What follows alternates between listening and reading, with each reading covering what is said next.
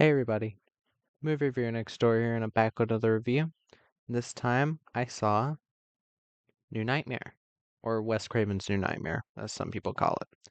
This is a supernatural horror film directed by Wes Craven from 1994, and it stars, let me scroll back to the front, Heather Langenkamp, Robert Englund, Miko Hughes, Wes Craven, David Newsom, Tracy Middendorf,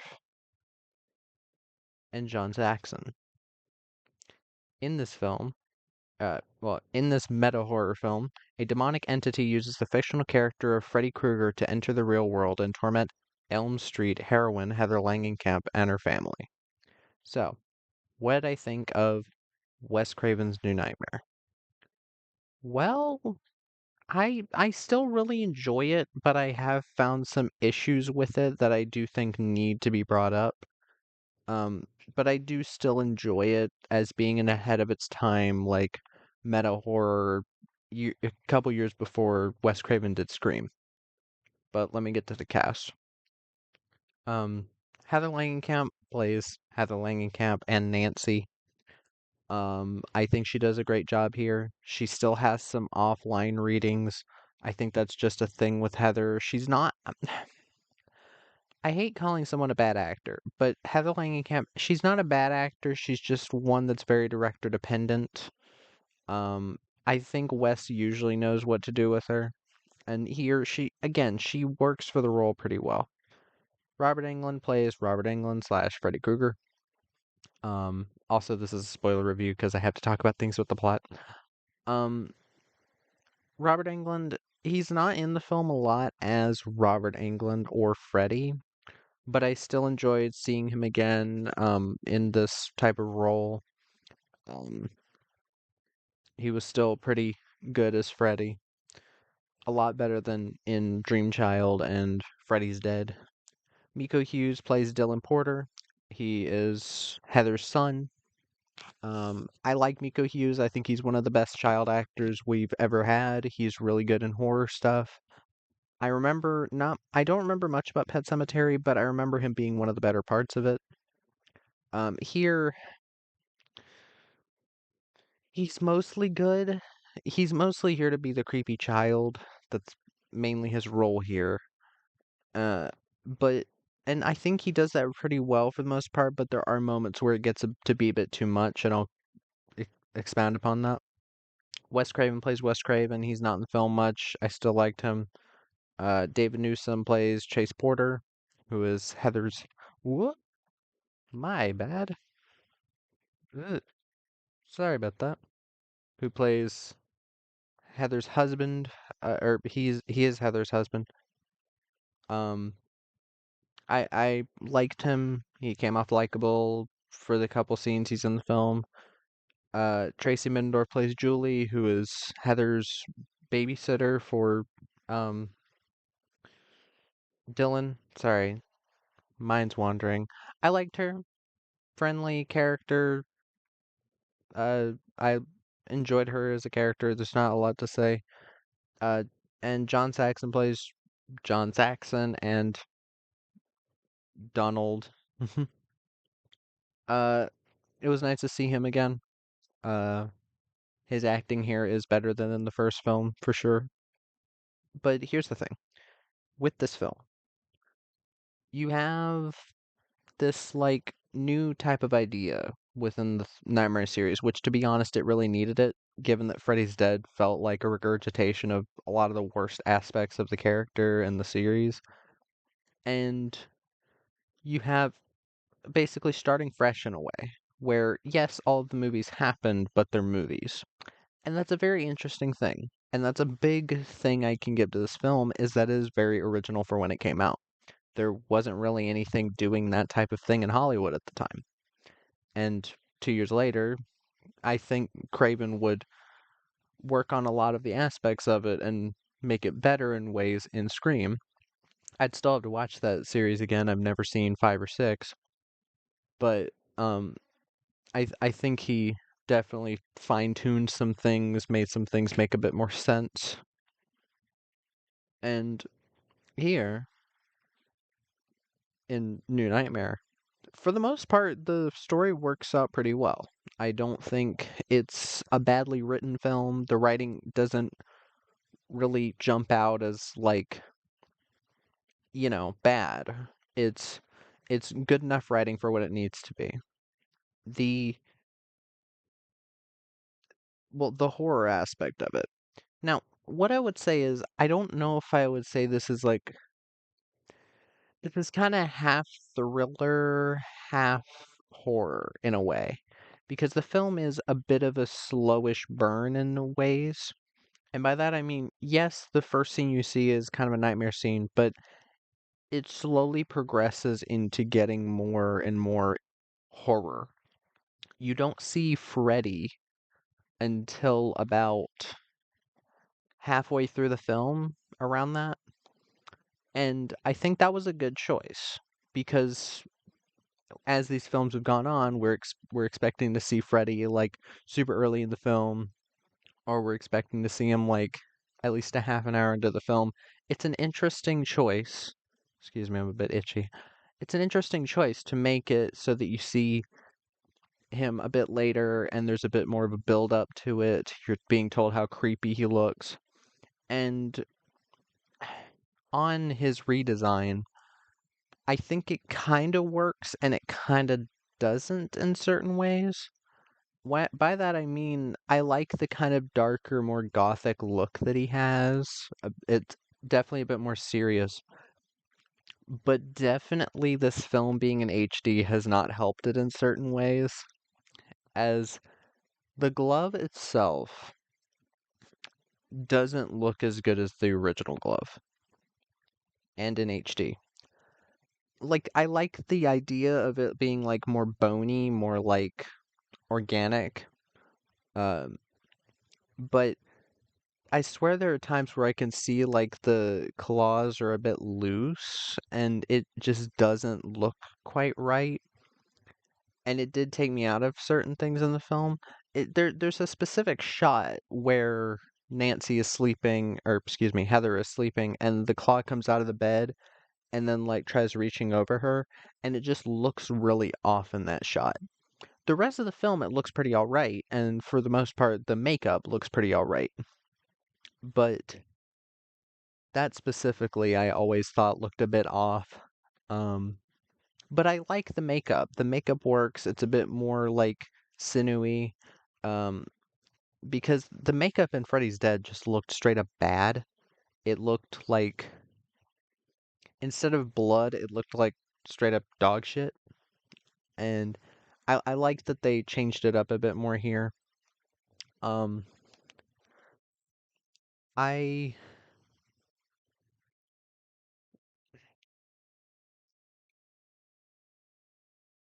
mm, I like the a lot of the effects in this film. The now I That's the thing about this. Unlike a lot of the other films, this is not like a super gory movie. There's some blood, there are a couple kills, but if you're in this for like more Nightmare 3, 4, 5 type kills, then I think you're going to be disappointed. Because even the first film, most of the kills aren't like super gory, like you see a slash and some blood, and that's about it. Or you see the blood geyser. It's mostly bloody rather than gory. That's kind of what it is here. Most of the kills, they're okay. That's the thing with this film. There's a couple kills that are in a nightmare, and then off screen they're confirmed to be, I guess, true. And then there's some in the real world. In the nightmares, there's a character that gets the claw in his throat, and then there's a guy who gets like the. It looks really weird. The claw like shakes and the guy starts like there's like fountains of blood coming from his chest. I always thought that looked fucking weird. Um and then Chase gets stabbed in the chest and then the glove like goes down like that while he's driving, and Julie gets like basically the same death as Amanda Wist's character Tina in the first film, where claw in the back, pulled up to the roof of the hospital room, and then she falls down and dead. Um, so like the kills, if you're in here for like super creative kills, then that's probably not what you're gonna get. And I will say it's a little bit of a letdown because I was expecting like when it got to like a kill, like I've seen this film quite a few times, but I'm just like talking about it as somebody who has seen it multiple times and the things that I probably would want in a movie like this if they ever did this type of thing again. Because Julie's death happened so late into the film, I was hoping that there would be a bit more to it. Like maybe they'd go all out, but maybe that's not what they were going for because they do want to feel a bit more in reality. But then again, you have Freddy, who is a supernatural being coming into the real world. I'd expect you to go a little haywire, but maybe that's not what they were going for. Maybe I'm just wrong, but I don't know. Just something about me it feels it's a bit lacking in the kills. Um, now, well, the acting, I can at least comment on the acting. The acting from pretty much everybody is pretty all right, even the people who aren't really actors. Robert Shea has a few lines. Wes Craven has a scene. Robert Englund, who's usually not in human form in these movies, I think he does a pretty good job. So you've got that covered. The acting is pretty good. The production value of the production looks pretty slick for the most part. Um, you have some pretty nice shots at times. The set design in the nightmare sequence at the end, because most of the film is just trying to be normal, kind of supernatural horror. Most of the horror doesn't happen in like nightmarish realms until the end. But I like the set that they use at the end. It looks pretty cool, pretty gothic. I like that. Um, I do want to talk about some cons that I have with this film, but the score. Now, it's not that I think J. Peter Robinson did a bad job. It's a very mixed bag. And since this is the mid 90s, I'm assuming they're using MIDI instruments or basically that time's version of GarageBand where you have like, well, admittedly, some pretty bad sounding instruments usually, which usually what people should have done back then is just use it for temp music. A film like this could have still afforded an orchestra. I don't know why they didn't. They got it for the other films, or just do synthesizer stuff like with most of the other films. But the music sounds good at certain times. There's some bits in the beginning and end that sound good, and then the rest of it kind of sounds like a MIDI nightmare, and it's nightmare in a bad way, and it just doesn't really work for me. Um, I mean, a standout track that I think actually worked well would be the one where Heather is like fleeing from the hospital trying to find Dylan. The da da da da da da da da da. I liked that track. I've always liked that track, and but yeah, like the music is a bit off. I'm not big on it. Um, there's some really there's stuff that reminded me of the original, and I should have mentioned this in my first review of the first Nightmare on Elm Street. Some of the characters make wild leaps in logic. Um, other not Heather and Dylan or Julie really, but there's a lot of conveniences with how Heather like makes herself look crazy to the doctors in the second half of the film where she says like they've got Freddy's got him and the doctors immediately go to what drugs are you taking? Are you I don't think she's letting Dylan sleep. Making wild leaps in logic when you know that this boy's dad died. So, and also Heather's husband, which she's gonna react weirdly because that's her fucking husband. I mean, losing your husband in a tragic accident and seeing that there were like slashes on his body that they're blaming on a car crash, which I'm sorry, that's stupid. Yeah, she's gonna be a bit fucked up. She might say some crazy shit. I know I did when I found out my father died. Like, I acted out and shit. Like, it's not out of the ordinary to act weird after a surprise death in your family when you're already on edge. Especially, she was having like a guy like basically stalking her. She's been having phone calls. She's been sent like creepy letters. Like, yeah, she's having a fucked up time, and the doctors just immediately go to, oh yeah, we should put your kid in the foster care system, or we should run some tests on you because you must be crazy. And I'm not a fan of that writing. I don't think it was a good way to write it. You could have written it more believable. Wes Craven did the same thing in the first film with Nancy's parents not believing her, even though her mom was like, yeah, we did this to Freddy. We have his gloves. And even though we've literally seen that it's those kinds of marks that are on you at times, um, we still don't believe you for some reason, even though he was a child killer. Like, we don't believe you and we're not gonna like help you when your boyfriend's being killed. I should have mentioned that. It was stupid of me not to mention it. But yeah, like that, it did kind of remind me of that. And I didn't like that. Um, the film is also a bit too long. It is an hour and 51 minutes, which without credits, it's about an hour and 42 or 43 minutes, which isn't as long, but still, I think this film is a bit long for what it is because the story is about on par with length that it should be with the other films. Like at the most with credits, this should have been like an hour and 40.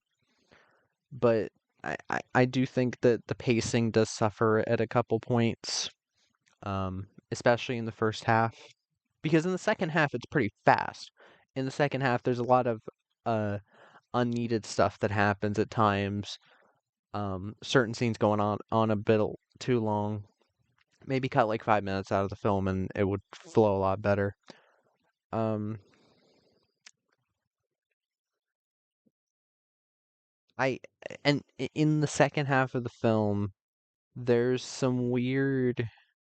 Well, in the first kill and in the second half of the film, or in the third act, there's some really weird green screen and compositing stuff. With the first kill, there's the weird thing of Freddy's glove coming out of the seat, and I used to think this effect looked better. But watching it in HD for the first time, because I've never seen these films in HD, I've been watching them on Netflix, except for Freddy's Dead. I had to find that somewhere else because for some reason that's not on Netflix. But when Freddy's glove comes out of the seat, it looks like water, and like he gets closer. Like that looks weird. The blood and stuff from the kill looks fine, but that bit looks weird, and especially the stuff when they go into the dream world and Dylan running on the highway and Freddy green screen and composited in and stuff looks really bad. Um, and especially in the dream world, there's some bad effects, like when Freddy's about to explode. I'm not a huge fan of that. Um, and some of the miniature work could have been shot a bit better, maybe slowed down a bit more to make it look more real. But overall, I do still really enjoy this film. It might sound like I'm not a fan of it. It's just, the I almost forgot to mention this. Sound effects. The sound effects work in this film is pretty poor at a lot of points, especially in the first half when you have the earthquake scene where like it sounds like the same pot drops like 10 times. It's like "Tirum, tirum." If you watch that scene, you'll hear which one I'm talking about. It's a bunch of stock sound effects and it's really I really wish they would have done their own Foley work for that. Uh, as it does distract me. It also happens in the funeral scene um, which was annoying. It just I wish they would have done a better job with that. Oh, and I do have to bring this up. There are a lot of cameos in this film that I actually was like, "Oh, wow, that's like a cameo that somebody could miss." At the funeral, you have Tuesday Knight, who played Kristen in Nightmare on Elm Street 4, and you have Sue Garcia, who played Rod in the first film. And I think you even see, well, Wes is there, and uh, Robert Englund, of course. But oh yeah, you have Lynn Shay as a nurse giving Dylan some pills later in the film. Um, there's probably more, but yeah, that was nice. But overall, I do still really enjoy this film. I just found some issues I had with it. Um, and yeah, I still consider it one of the better films in the series, even though I kind of let the ending have it. Most of the film is very, very well done, well made, well acted, well shot, and everything. So it's not like it's a goner if the ending is a bit weird. For the most part, I think the ending is a lot of fun. So, but yeah, I still really enjoy the film, and I hope others will too. Uh, that was my review of Wes Craven's New Nightmare. If you've seen the film, let me know what your thoughts are in the comments down below. If you have any recommendations, put them down there as well. And movie reviewer next door out.